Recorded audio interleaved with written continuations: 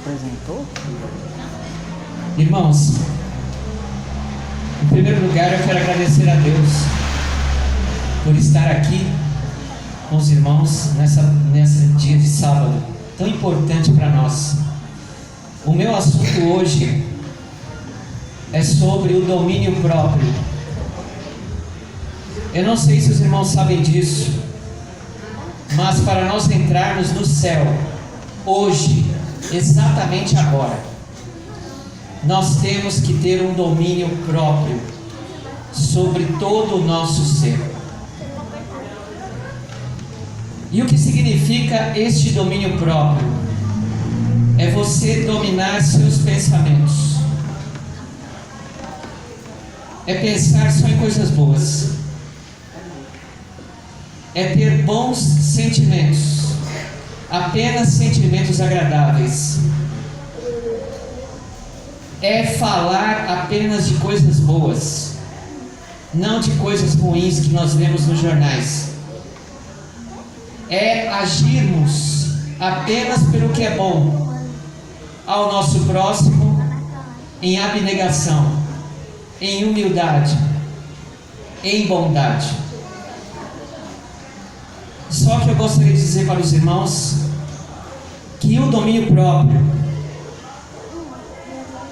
deve ser desde quando você nasceu. Os irmãos sabiam disso? Quem aqui nasceu e desde quando nasceu sempre teve essas impressões de bons pensamentos, de palavras boas, de boas ações?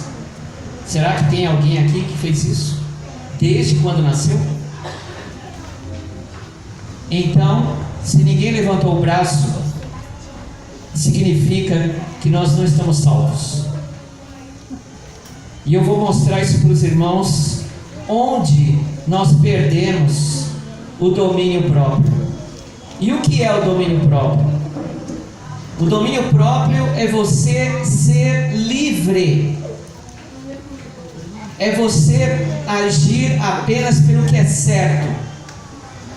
Agir de modo inteligente.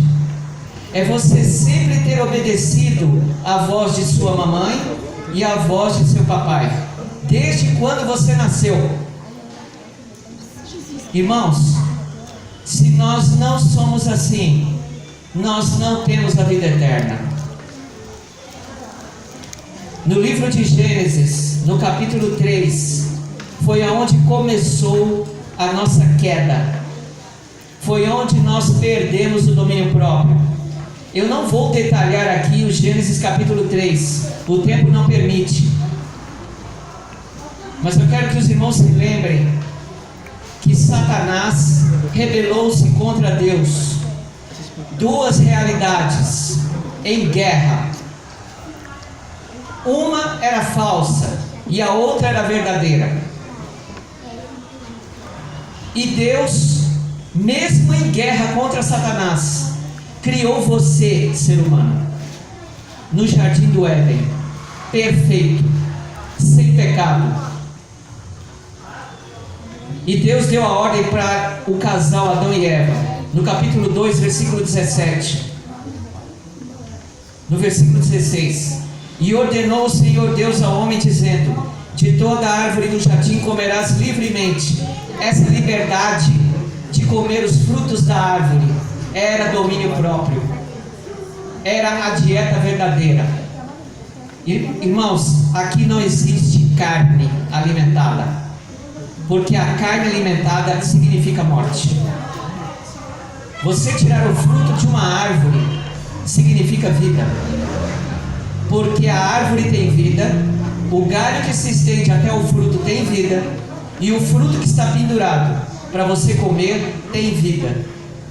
E é saboroso demais, e temperado com os dedos de Deus, não por uma cozinha humana, mas por uma cozinha divina. E o versículo 17, Deus disse: Mas da árvore do conhecimento do bem e do mal, dela não comerás, porque no dia em que dela comeres, certamente morrerás. O casal Adão e Eva podia comer de todas as árvores que Deus havia criado. Apenas uma árvore que Deus também havia criado, eles não podiam comer. Observem a liberdade que eles tinham. Observem o domínio próprio, mental e ação que eles possuíam. Mas o que é que aconteceu? O versículo 6: Eva desobedeceu à voz de Deus juntamente com Adão. No capítulo 3, versículo 6: E viu a mulher que aquela árvore era boa para se comer, e agradável aos olhos, e árvore desejável para dar entendimento. Tomou do seu fruto e comeu, e deu também a seu marido, e ele comeu também. Eu quero destacar aqui uma importância para nós. Aqui está a resposta quando nós perdemos o domínio próprio. A Bíblia diz que a mulher viu o que? A árvore proibida, e chegou a uma conclusão de que ela poderia ser alimentada, de que a árvore era capaz de dar sabedoria para o casal, sendo que Deus havia proibido isso para eles. Irmãos, a perda de domínio próprio é você fazer uma coisa que lhe é proibido realizar.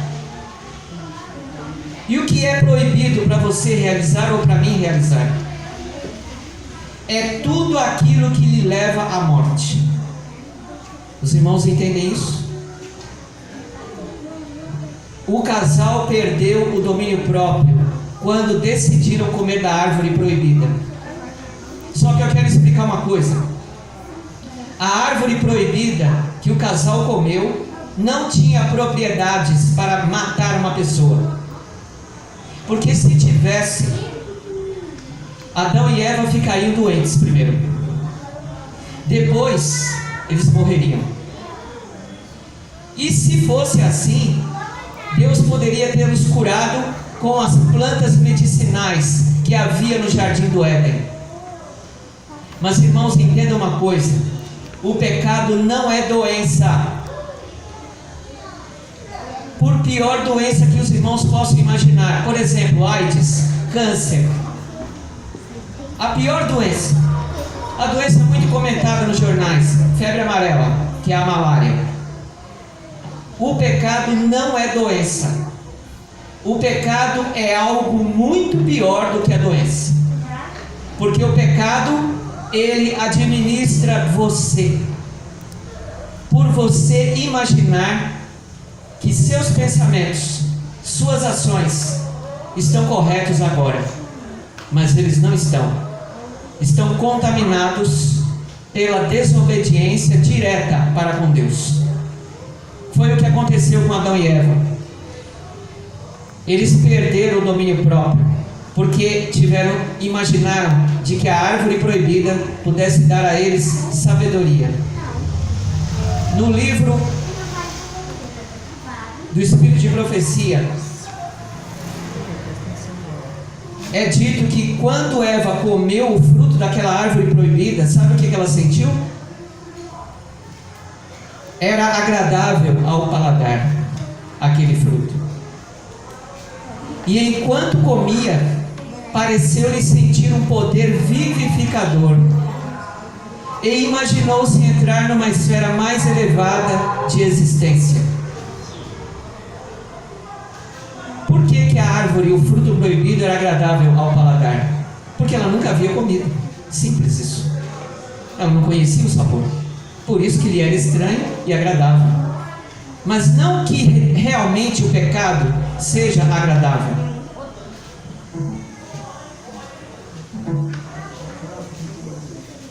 E por que ela achou que pudesse estar sentindo algo vivificador e elevado? Porque até o momento em que ela pegou do fruto e comeu, nada havia acontecido de ruim com ela. A partir daquele momento, a imaginação dela é que ela estivesse se elevando, se sentindo melhor. Irmãos, quando nós pecamos, nós nos sentimos melhores. Os irmãos sabiam disso? E por que nós pensamos assim? Porque o pecado, irmãos, ele nunca vai se manifestar para você exatamente como ele é.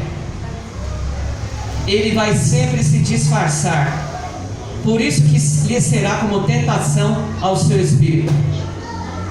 E foi o que aconteceu com Adão. Depois da transgressão de Eva, Eva ofereceu o fruto para Adão. E Adão,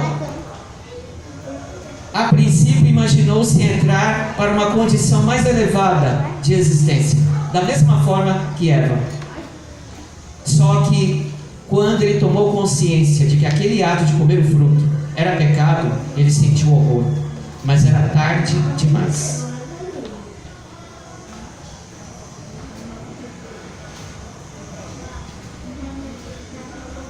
No Espírito de Profecia, na página 129, Ciência do Bom Viver, diz-nos o seguinte: um dos mais deploráveis efeitos da apostasia original de nossos pais, Adão e Eva, foi a perda do poder do domínio próprio por parte do homem.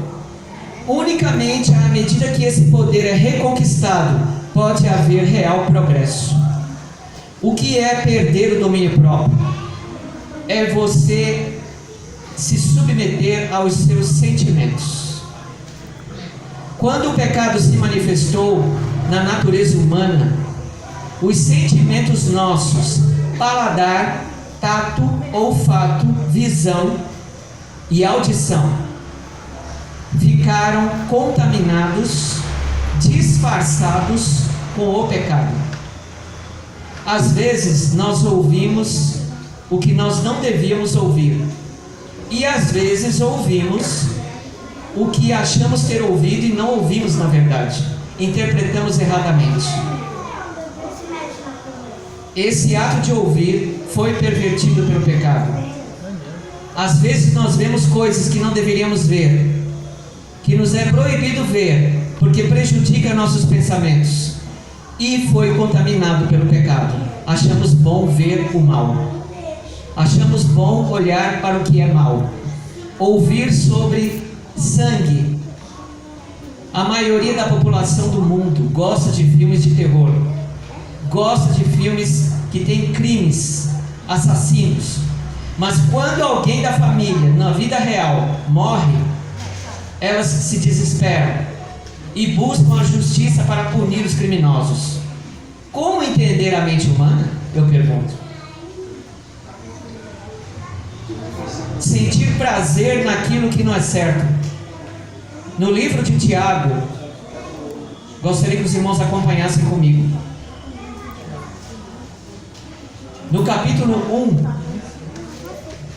versículo 13, diz-nos o seguinte: ninguém sendo tentado, diga, de Deus sou tentado, porque Deus não pode ser tentado pelo mal, e a ninguém Deus tenta.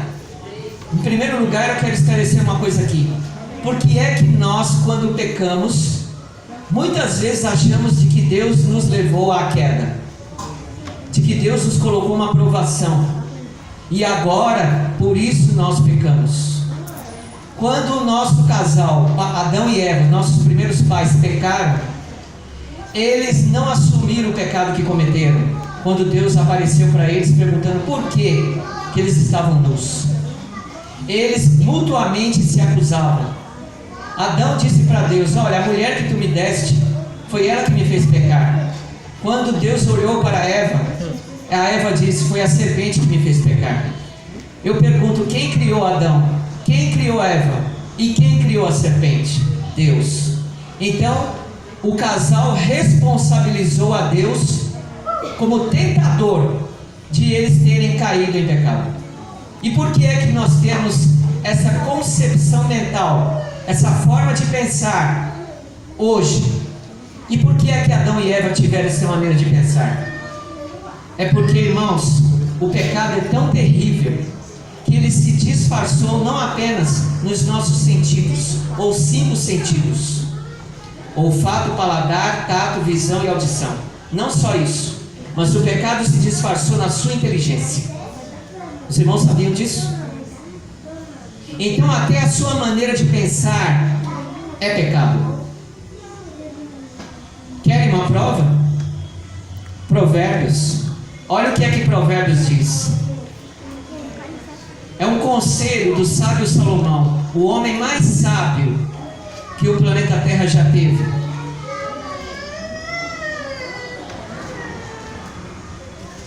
No capítulo 23, versículo 23, olha o que o Salomão disse: compra a verdade. Por que temos que comprar a verdade? Porque nós somos mentirosos. E não há vendas. E também compra a sabedoria, e a instrução e o entendimento. Nós não temos sabedoria, instrução e nem entendimento. Nós não temos a inteligência do céu. Precisamos comprá-la. Agora eu pergunto, como podemos comprar essas coisas se elas são eternas?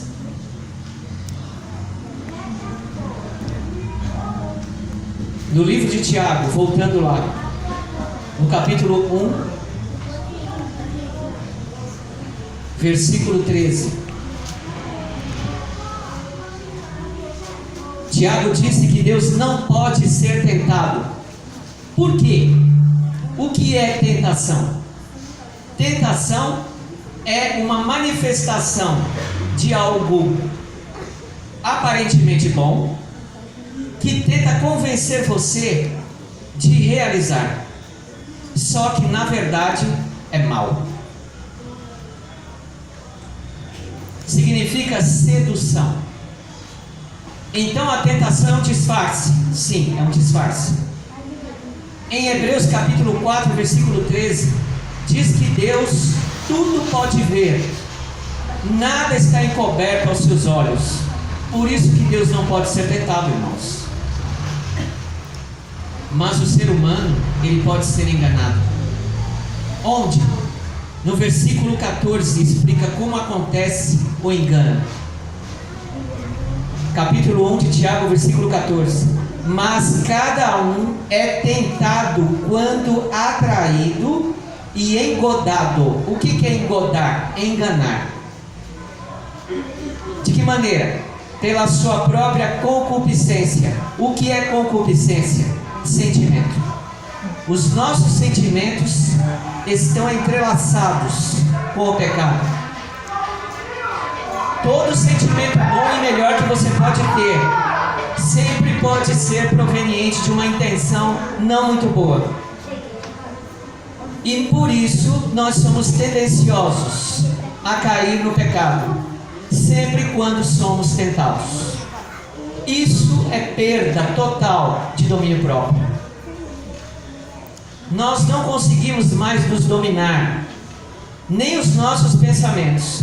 Mesmo que você se deite na cama com o travesseiro sobre a cabeça, meia-noite, cansado, os seus pensamentos ali ainda não são bons, porque você estará preocupado com o dia de amanhã, e você estará preocupado com o que você fez. Coisas boas com efeitos ruins, coisas ruins com efeitos piores. Essa é a nossa situação. Qual é a salvação que nós temos? É termos domínio próprio. Mas como podemos ter domínio próprio? Um pensamento seu leva você à absoluta condenação. Como? O que é que diz em Tiago 2,10? Aquele que tropeçar em um só ponto do que? Da lei. O que acontece com toda a lei? Ele se torna culpado de toda a lei de Deus. A lei de Deus, ela deve administrar os seus pensamentos. Se você sentir um pouco de ódio de alguém, não precisa ser de alguém, apenas da situação. Para não sentir ódio de alguém, a gente sente ódio da situação. Isso é pecado. É perda de domínio próprio. Em Provérbios, no capítulo 4, versículo 26, existe um conselho.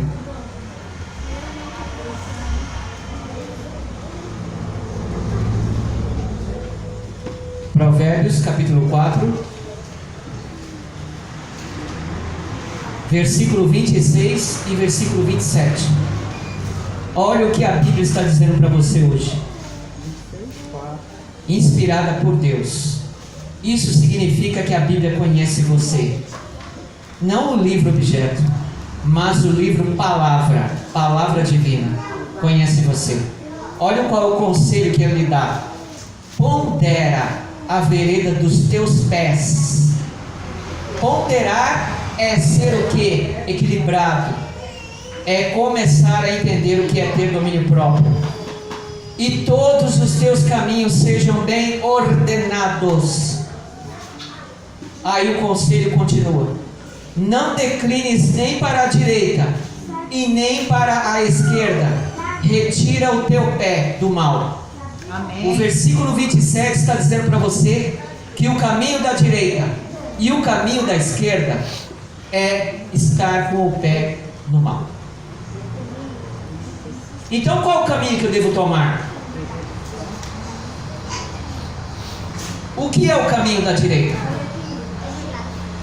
Todos aqueles que querem ter domínio próprio, fazendo uma dieta rigorosa, muitas vezes se tornam fanáticas, porque querem se salvar pela alimentação. Eu sou vegetariano, eu vou para o céu. Você come carne, você não vai para o céu.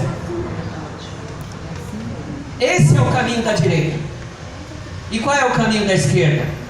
Olha, eu ouvi dizer na televisão que o cigarro, que a bebida alcoólica, que a gordura fritada na frigideira, essas coisas fazem mal. Só que tem uma coisa, eu não uso todo dia isso. É só de vez em quando. Esse é o caminho da esquerda. É ser conivente com as mínimas coisas. Se você na sua genética tem um registro em que você não sabe, mas tem um registro lá que diz que você vai viver até 90 anos de idade, então quer dizer que até 90 anos de idade você vai permitir-se comer coisas erradas, fazer coisas erradas de vez em quando. Sabe o que vai acontecer? Você não vai chegar aos 90 anos com o registro que se encontra no seu DNA. Você vai morrer antes, porque você vai perder vitalidade. E por que isso acontece? Perda de domínio próprio. O objeto domina você. Se isso aqui fosse cachaça, muita gente poderia ser dominada por esse objeto, mas por saber que é água, não se importa. Irmãos, a água é o líquido do céu. Veja bem, não tem cor, portanto não atrai. Não tem sabor, portanto não encanta. Não domina seus sentimentos. Mas o que é que domina os meus sentimentos? É Provérbios capítulo 23. Olha só o que é que diz em Provérbios capítulo 23, versículo 30 e 31. Para os que se demoram perto do vinho. Isso aqui não é vinho, é água. O texto continua. Para os que andam buscando vinho misturado, ou seja, vinho fermentado. Não tem problema, irmão. Eu tomar um vinhozinho fermentado não tem problema. Olha o que o texto diz. Não olhes. Aqui não está dizendo para não beber. Olha o que o texto está dizendo. Não olhes para o vinho quando se mostra vermelho, quando resplandece no copo e se escoa suavemente. Por que eu não devo olhar? Porque até a impressão do seu olhar está fragilizada pela perda, pela falta de domínio próprio. Os irmãos sabiam disso? Até para você olhar para aquilo que é mais hediondo, pode você se convencer de que não é tão ruim assim. Olha a que situação nós chegamos. Uma perda absoluta do domínio próprio. Nem olhar para o vinho, nem olhar para o vinho. E aqui o texto que é o vinho misturado. Por quê? Porque existe o vinho não misturado. E o que é o vinho não misturado? É o suco de uva normal. E o vinho misturado é o suco de uva fermentado, comprado no mercado, nas lojas, onde você quiser, engarrafado.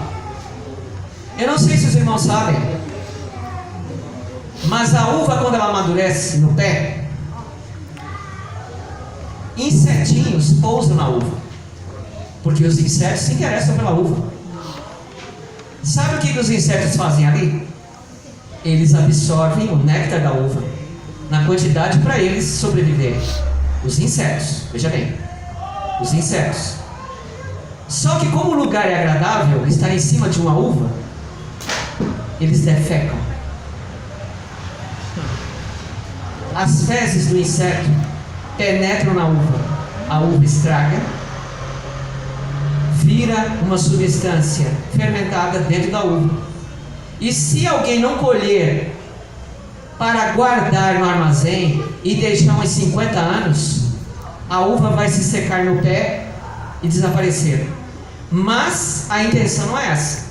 A intenção é pegar aquela uva estragada, bem amadurecida, colocá-la no armazém e deixar se putrefazer, estragar-se em armazém por 10, 20 anos ou mais.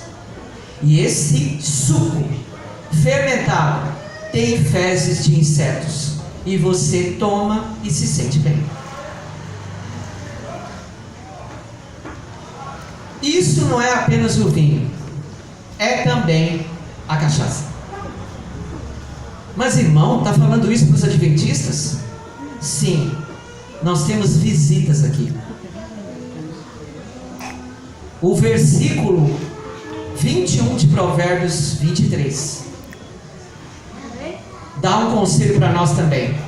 Não estejais entre os beberrões de vinho, nem entre os comilões de carne. Eu não sei quem é seu amigo ou sua amiga, mas o beberrão de vinho e o comilão de carne, num aumentativo, num superlativo sintético aumentativo do adjetivo aqui, comilão, beberrão, é a pessoa que não tem mais domínio próprio. É a pessoa que irá morrer comendo demais. A Bíblia diz que não devemos nem estar entre eles. Sabe por quê? Não é porque você é bom, não é isso. Não é porque você é puro, também não é isso. Não é porque você é adventista, também não. É porque você tem as tendências pecaminosas que eles têm. E você vivendo com eles, há de cair também.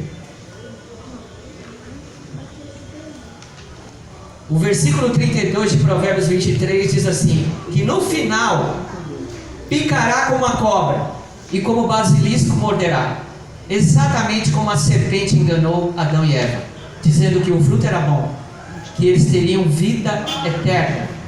Mas hoje nós não temos vida eterna. Pela perda do domínio próprio, nós morremos todos os dias. No livro Conselhos sobre Regime Alimentar,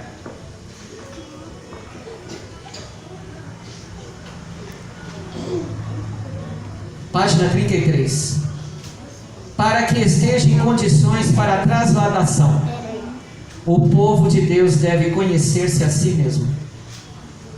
O que eu estou mostrando para vocês hoje, povo de Deus, é que você se conheça. Quem realmente você é. Totalmente dependente de Jesus. Precisa compreender com respeito à sua própria estrutura física, que podem com o salmista exclamar: por modo assombrosamente maravilhoso me formaste. Devem eles ter sempre o apetite em sujeição aos órgãos morais, intelectuais. O corpo deve ser servo da mente, e não a mente, sua mente, ser serva do corpo. Mas isso é impossível.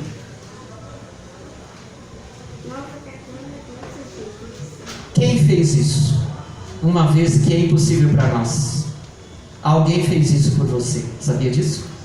Alguém veio a este mundo, assumiu a sua natureza humana. E sabe para onde ele foi? Ele foi para o deserto. Vamos dar uma olhada nisso? Livro de Mateus, capítulo 4. Ele foi para o deserto, e o nome dele é Jesus. Ele foi para o deserto, e no deserto não tem água, não tem fruta, não tem verdura, não tem legume, não tem erva, não tem alimento. E o que é que ele fez? Ele ficou ali 40 dias, sem comer e sem beber. No versículo 2 diz assim: e tendo jejuado 40 dias e 40 noites, depois teve fome. Alguém apareceu para ele, muito poderoso, muito enganador, e disse para ele: se tu és o Filho de Deus, manda que estas pedras se tornem em pães. Porque é que o enganador chamado Satanás disse para Jesus no deserto transformar pedras em pães? Existem duas razões para isso.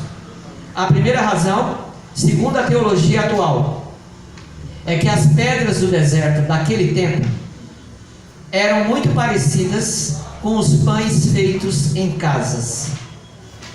Eram redondinhos e achatados, e tinha sempre a aparência de pão.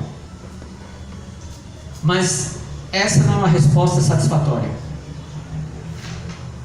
Satanás queria dominar a mente de Cristo, assim como Satanás dominou a mente de Adão e de Eva, e por isso Adão e Eva perderam o domínio próprio.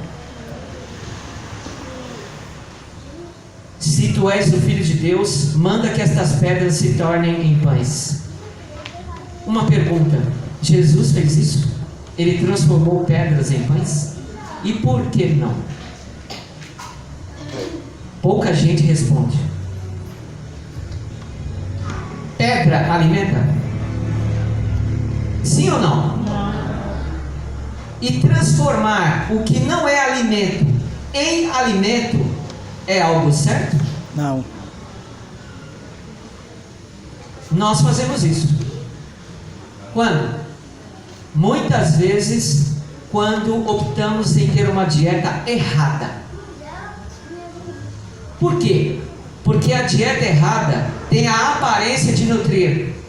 Assim como a pedra no deserto, na frente de Jesus, tinha a aparência de pão, de nutrição.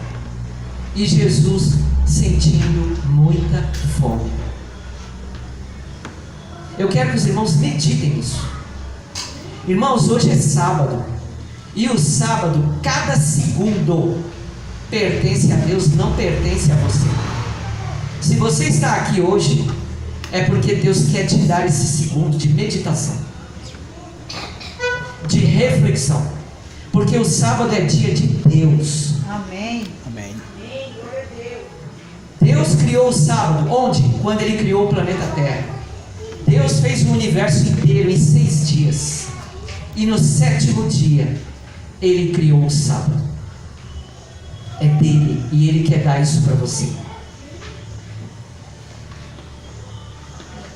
Qual foi a resposta de Jesus? Está escrito: nem só de pão viverá o homem, mas de toda a palavra que sai da boca de Deus. Amém. Você sabia que a palavra de Deus pode nutrir você? Como? Você não quer domínio próprio? Se você ouvir a palavra de Deus, você terá o domínio próprio no seu coração. Amém. Não é simples? Sim. É exatamente isso. Prova? Prova. Olhe para o texto. A prova está no texto. Cristo não transformou pedra em pão. Ele venceu Satanás. Usando o quê? A palavra de Deus. Eu espero que os irmãos façam jejum, porque acreditem que o Evangelho da Palavra de Deus esteja nutrindo vocês. Não façam jejum por motivos religiosos. Não façam jejum apenas para se sentir bom. Façam jejum para crer na Palavra de Deus, porque ela é viva e eficaz. Amém. No livro de João, no capítulo 6, Pedro disse isso.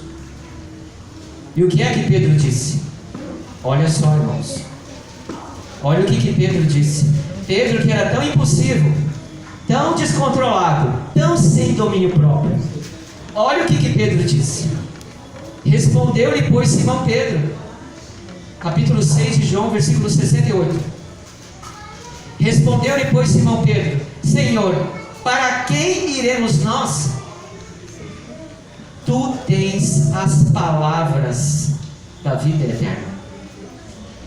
Irmãos, o Evangelho está mostrando para você hoje que você não tem domínio próprio, mas alguém obteve domínio próprio no deserto, e Ele quer dar esse poder para você hoje. Amém. E você pode tê-lo agora, a partir de hoje. O domínio próprio não é sentimento. Eu estava com fome pensando no filé, agora eu não estou mais pensando nisso. Não é isso. Não é isso. Sabe o que é domínio próprio? É a convicção de que o objeto alimentar não irá dominar você. É você ter certeza disso. Você tem certeza disso? Acredite, porque é Deus que está nutrindo sua alma. Amém. É a palavra da vida que vai fazer você ter dieta verdadeira, ter domínio próprio real, domínio próprio racional, porque o culto dos irmãos deve ser como? Racional, de acordo com Romanos 12, versículo 1. E corpo apresentado como sacrifício vivo. A palavra de Deus é vida para os irmãos. Portanto, a palavra de Deus deve fornecer aos irmãos alimento vivo, não alimento morto. Os irmãos entendem isso? Alimento vivo, onde eu encontro? Nos legumes, nas frutas, nas verduras, nas ervas, na água. Os irmãos sabiam que a água tem capacidade hidrogênica de dar vitalidade para você? Foi Deus que criou a água, não foi você. O homem criou o que? Refrigerante, disfarçado. Refrigerante é líquido. É líquido, mas é um disfarce. É tentação. É perda de domínio próprio. É pecado. Faz mal para a sua saúde. Não hoje. Se você tomar um copo de refrigerante agora, você não vai sentir nada. Então o irmão está mentindo. Não faz mal? Faz sim. Sabe aonde? Na sua mente. Cria disposição para você beber de novo. Cria mentalmente a disposição de você beber semana que vem. E daqui a 2 meses também. E ano que vem? Ano que vem também. E daqui a 5 anos também. Tudo aquilo que vicia, que cria propensão à perda de domínio próprio, leva você ao pecado, leva você à morte. E mesmo que os médicos não diagnostiquem que foi o refrigerante, pensem que foi alguma coisa que você fez, mas você sabe exatamente o que. Por isso que Jesus disse em João capítulo 6, versículo 51. Olha o que Jesus disse: Eu sou o pão vivo que desceu do céu. Se alguém comer deste pão, viverá para sempre. Jesus, ele viveu vida perfeita no seu lugar. Ele não pecou no deserto. Ele venceu. Jesus venceu. Sabe por que Jesus veio ao deserto vencer Satanás? Por sua causa. Não foi para exibição de poder. Deus não precisa se exibir, irmãos. Ele é poderoso e ponto final. Não existe acordo. Jesus veio ao deserto para vencer as suas tendências pecaminosas, as minhas tendências pecaminosas, a minha falta de domínio próprio. Você só precisa acreditar nisso. O que é acreditar, irmão? Eu preciso entender o que é acreditar. Acreditar, eu vou dar um exemplo. Quantos aqui têm certeza de que estão sentados? Por que é que vocês têm certeza de que estão sentados? Porque vocês estão vendo e sentindo, não é? Não é real tudo isso aqui para vocês? Sim ou não? A fé é isso. Só que contrário, você não vê, você não sente, mas você tem certeza de que a palavra de Deus te dá domínio próprio, para você abandonar a cachaça, para você abandonar todo e qualquer tipo de dependência. Existem pessoas dependentes de tela de celular, não tem domínio de não olhar para o celular. Existem pessoas que não conseguem controlar a própria língua, falam demais. Não deixe a sua língua dominar você. Domine sua língua. Domine o objeto. Me ofereceram água, só que eu não vou beber água, porque eu não quero. Isso aqui não pode me dominar.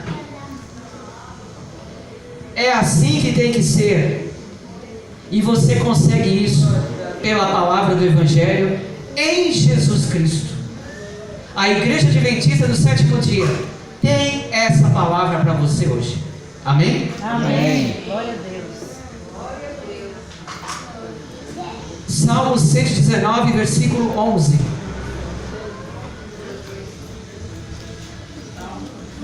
Salmo 119, versículo 11. Foi feita uma pergunta no versículo 9, e a resposta está no versículo 11. Com o que purificará o jovem o seu caminho? Esse é o versículo 9. Como eu posso me purificar? Como eu posso realmente viver a verdade? Resposta: vindo para a igreja? Não, muito mais do que isso. Me batizando? Não, muito mais do que isso. Escondi a tua palavra. Onde? No meu coração. Para quê?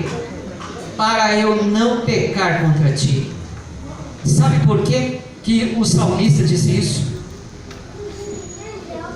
Porque somente a palavra de Deus faz você enxergar o pecado.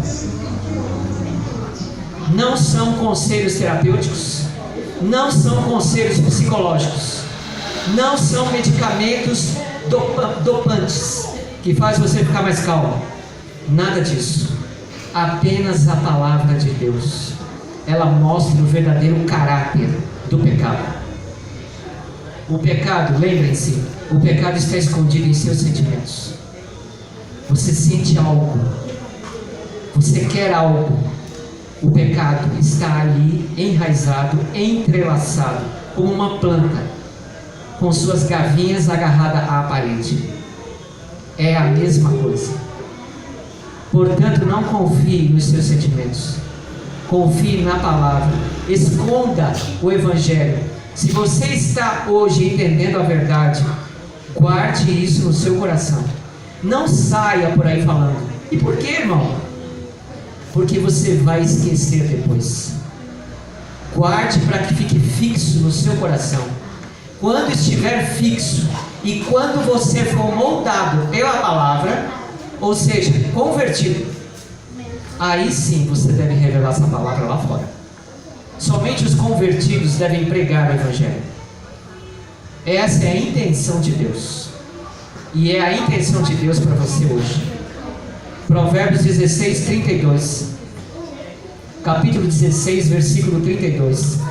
Melhor é o que tarda em irar-se do que o poderoso, e o que controla o seu ânimo do que aquele que toma uma cidade.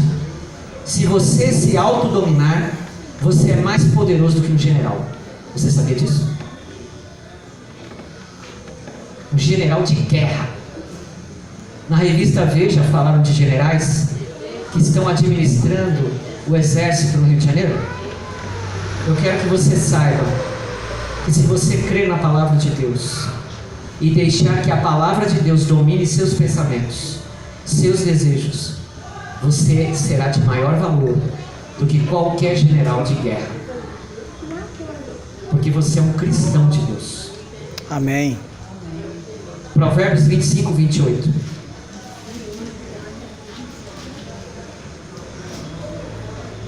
Como a cidade derrubada sem muro, assim é o homem que não pode conter o seu espírito. Deus quer que você contenha o seu espírito pela força do Evangelho, pela força da palavra de Deus. Os irmãos querem saber qual é o poder que existe na palavra de Deus? Querem que eu dê um exemplo? A criação do universo. A criação do universo é um exemplo de poder para a sua vida, que está na palavra de Deus. Como último texto, 2 Coríntios 12, 9. Meu amigo, minha amiga, meu irmão e minha irmã, Jesus está dizendo para você hoje: você não precisa se salvar pelas obras. Sabe por quê? Versículo 9 de 2 Coríntios 12. Porque a minha graça te basta. E o que é que faz a graça? Porque o meu poder, o poder de Deus, a graça de Deus, se aperfeiçoa aonde? Na fraqueza.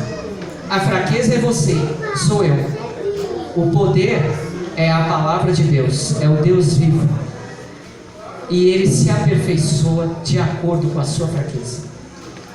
Mas como que o poder de Deus se aperfeiçoa em mim, sendo que eu é que preciso de perfeição? Não é isso? É simples. Deus introduz o poder na sua vida, pela sua palavra, para tornar você cada vez mais forte no domínio próprio. Cada dia.